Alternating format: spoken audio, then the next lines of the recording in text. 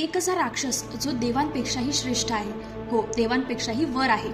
तर हा राक्षस शत्रू नसून भगवान शिवांच्या एका गणापैकी एक आहे.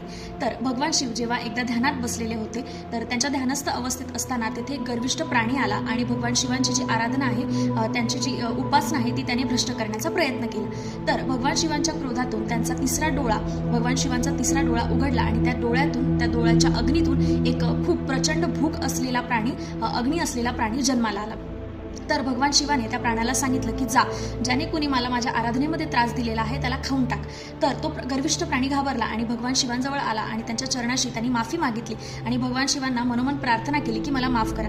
तर भगवान शिवांनी, भोळे महाशंकरांनी त्या गर्विष्ठ प्राण्याला माफ केलं. तर पुढे काय झालं, तर भगवान शिवांच्या तिसऱ्या डोळ्यातून जो गण निर्माण झाला होता, तर त्यांनी भगवान शिवांना विचारलं की आता मी कुणाला खाऊ, तुम्ही तर मला कार्य दिलेलं आहे करायला. तर भगवान शिवांनी सांगितलं हसत की तू स्वतःलाच खा. तर त्या प्राण्याने, त्या राक्षसाने स्वतःलाच खायला सुरुवात केली आणि जोपर्यंत त्याचं मुख शिल्लक राहत नाही तोपर्यंत तो प्राणी स्वतःला खाऊ लागला. आणि मुख शिल्लक राहिल्यानंतर भगवान शिव हसत त्या प्राण्याला म्हणाले की जा, तू या जगात कीर्तिमुख म्हणून ओळखला जाशील, तुझं हे तेजस्वी मुख जगात प्रसिद्ध होईल आणि तू प्रत्येक मंदिराच्या बाहेर राहशील.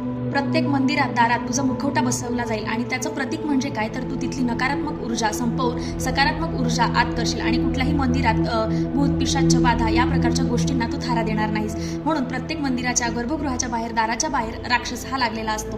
तर साऊथ इंडियामध्ये हे खूप कॉमन आहे. तर दक्षिण भारतामध्ये प्रत्येक घराच्या बाहेर जर तुम्ही बघत असाल तर कीर्तिमुख नावाचा राक्षस लावलेला असतो. तर तीक्ष्ण असे डोळे, मोठे मोठे दात आणि जटा असलेला काळ्या तोंडाचा हा राक्षस प्रत्येक घराच्या बाहेर लावलेला असतो, मंदिराच्या बाहेर लावलेला असतो, जेणेकरून मंदिरात, घरामध्ये कुठल्याही प्रकारची नकारात्मकता तो प्रवेश करू देत नाही. जेणेकरून मंदिरात जाणारा प्रत्येक भक्त स्वच्छ मनाने आणि अगदी शांत मनाने मंदिरात प्रवेश करेल आणि घरात कुठलीही नकारात्मक ऊर्जा येणार नाही आणि सकारात्मक ऊर्जा राहील.